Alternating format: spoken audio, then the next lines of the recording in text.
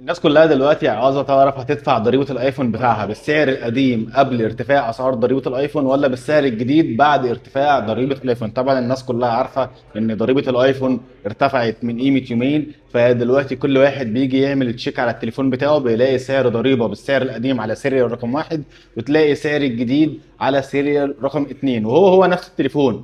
فانت ما انتش عارف دلوقتي هتدفع بالسعر القديم ولا بالسعر الجديد ومحتار. فيديو النهارده عشان تعرف كل حاجه عن ضريبه الايفون بتاعك، وهتعرف كمان تدفع بالسعر القديم ولا بالسعر الجديد. ما تنساش اهم حاجه تعمل لايك واشتراك في القناه وتكمل الفيديو للاخر عشان تعرف بالظبط هتدفع عنه ضريبه للتليفون بتاعك.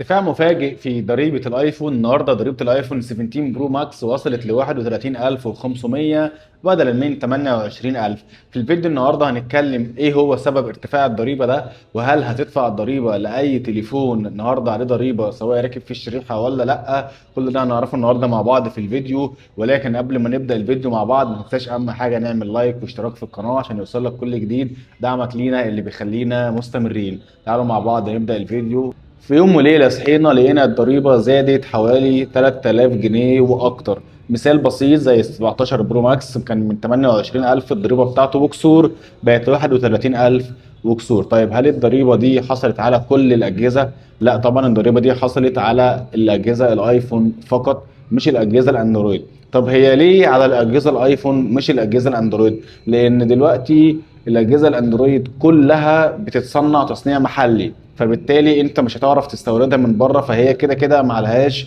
ضريبه لان انت بتشتريها بسعرها المحلي. حتى لو سعرها المحلي ده زياده فانت بتشتريها بدون ضريبه. الزياده اللي حصلت دي على الاجهزه الايفون عشان انت ممكن تستوردها من بره او الناس تجيبها من بره. طب ليه الزياده دي حصلت؟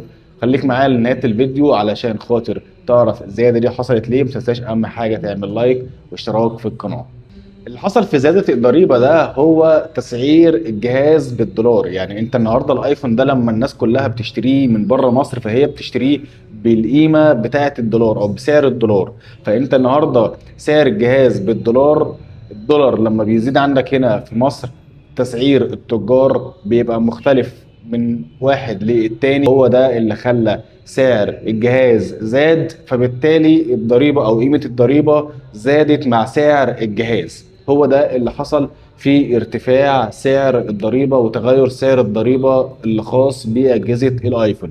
طيب هل الضريبة دي هتدفع لكل حد؟ يعني انت لو معاك تليفون ايفون هتدفع عليه الضريبة بالسعر الجديد حتى لو هو كان عليه ضريبة بالسعر القديم؟ هنا بقى نقطة لازم تاخد بالك منها كويس جدا. انت دلوقتي لو معاك ايفون ومثلا كانت الضريبة بتاعته 3000، فجيت بتشيك لقيت على سيريال واحد ضريبة بالسعر القديم وسيريال اتنين ضريبة بالسعر الجديد، هتدفع انه ضريبة؟ تدفع السعر الجديد ولا السعر القديم؟ لازم تاخد بالك بقى من نقطة مهمة جدا. الضريبة هنا زادت لكل الأجهزة الجديدة، لكل الأجهزة اللي لسه مركبش فيها شريحة.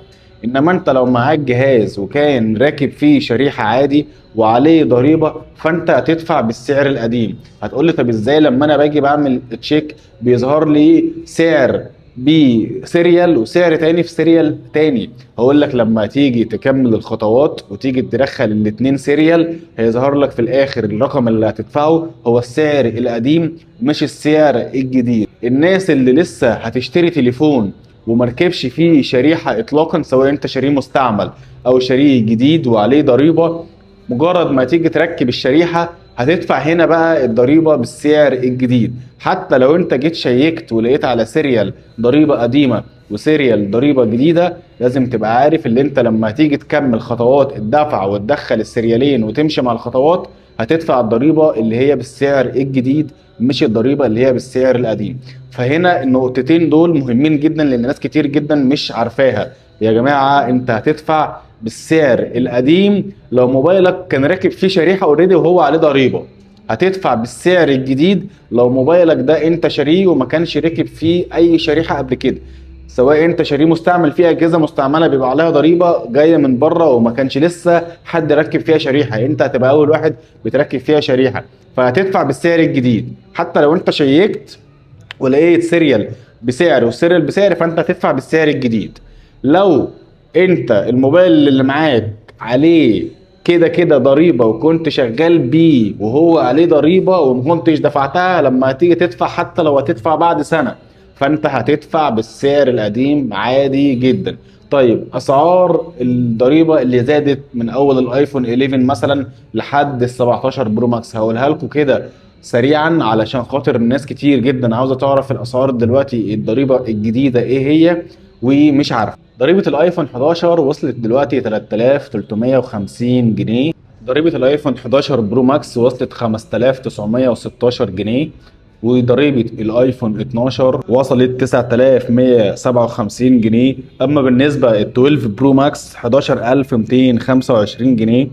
وضريبة الايفون 13 9117. ال 13 ميني 7976. ال 13 برو 12622. 13 برو ماكس بقت ب 15515. ال 14 بلس 14768 جنيه. ال 14 برو 18213. 14 برو ماكس 20044. الايفون 15 الضريبه بتاعته 14748. اما الايفون 15 بلس 16598. والايفون 15 برو ضريبته وصلت 19945. الايفون 15 برو ماكس 23095. الايفون 16 بلس ضريبته وصلت 18705. الايفون 16 برو ضريبته وصلت 21775. 16 برو ماكس ضريبته وصلت 25935. الايفون 17 العادي 18135. الايفون اير 24408.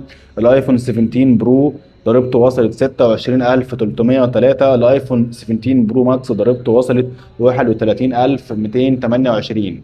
دي اسعار الضريبه كلها، وهسيب لكم برضو صوره هنا عشان لو حد حابب ياخد سكرين شوت للصوره دي. الصوره دي باسعار الضريبه الجديده كلها بعد الزياده، وهسيب لكم برضو صوره باسعار الضريبه القديمه قبل الزياده عشان خاطر للناس اللي هي عاوزه تعرف الضريبه القديمه هتبقى كام بالظبط على تليفوناتها والضريبه الجديده هتبقى كام بالظبط. ما تنساش بس اهم حاجه وانت بتدفع الضريبه تبقى بتدفع معاك بالزياده. لو انت بتدفع عن طريق مثلا محفظه ولا حاجه يبقى معاك زياده عن المبلغ اللي هتدفعه حوالي مثلا 500 جنيه، عشان ما يحصلش اي فشل في العمليه. لان في ناس كتير لما بتيجي بتدفع وليكن مثلا ضريبتك 15200 فبيبقى في رسوم زياده حوالي من 100 ل 200 او من 200 ل 300 جنيه. فانت لو ما معكش المبلغ ده بيحصل فشل في عمليه الدفع. الفلوس طبعا ما بتتسحبش، بتفضل معاك في المحفظه او في الفيزا عادي، ما فيش اي مشكله تحصل، ولكن بيحصل تعليق في عمليه الدفع. بتستنى لحد لما يجي لك اللي انت تدفع تاني، لان لما بيجي لك فشل ما بتعرفش تدفع تاني في وقتها، بتستنى حوالي 3 4 ساعات. ولكن ممكن يحصل فشل، ممكن الفلوس تتسحب منك، ممكن يحصل اي مشكله معاك اثناء دفع الضريبه. فعلشان كده انا ارجو يعني ان انت لما تيجي تدفع الضريبه يكون معاك حوالي 500 جنيه زياده عن سعر الضريبه اللي ظهر لك، علشان ما يحصلش اي تعليق في عمليه الدفع بتاعتك. طبعا انت تقدر تدفع الضريبه عن طريق فودافون كاش او محفظه اورنج كاش او وي كاش او اتصالات كاش، او تدفع عن طريق فيزا عادي، او كمان تقدر ان انت تقسط الضريبه عن طريق كونتاكت. دلوقتي للناس اللي هي مش عارفه ممكن تقسط الضريبه عادي بشكل مباشر، بس لازم طبعا تبقى عامل حساب واكونت على كونتاكت. دي اسعار الضريبه بعد ما زادت. وكده انا وضحت لك في الفيديو انت تليفونك هتدفع عليه ضريبه ولا مش هتدفع عليه ضريبه، وازاي تعرف هتدفع الضريبه الجديده ولا هتدفع الضريبه القديمه. لو عندك اي سؤال اكتبه في الكومنتات، ولو عندك اي حاجه انت مش فاهمها او عاوز تفهمها برضو اكتبها في الكومنتات وانا هرد عليك وهاخد كل الكومنتات دي، وهنعمل فيديو تاني مفصل عشان نوضح لكل الناس الاسئله اللي هي محتاجه تفهمها. وما تنساش لو انت وصلت لنهايه الفيديو تعمل اهم حاجه لايك واشتراك في القناه. اشوفكم في فيديو جديد، مع السلامه.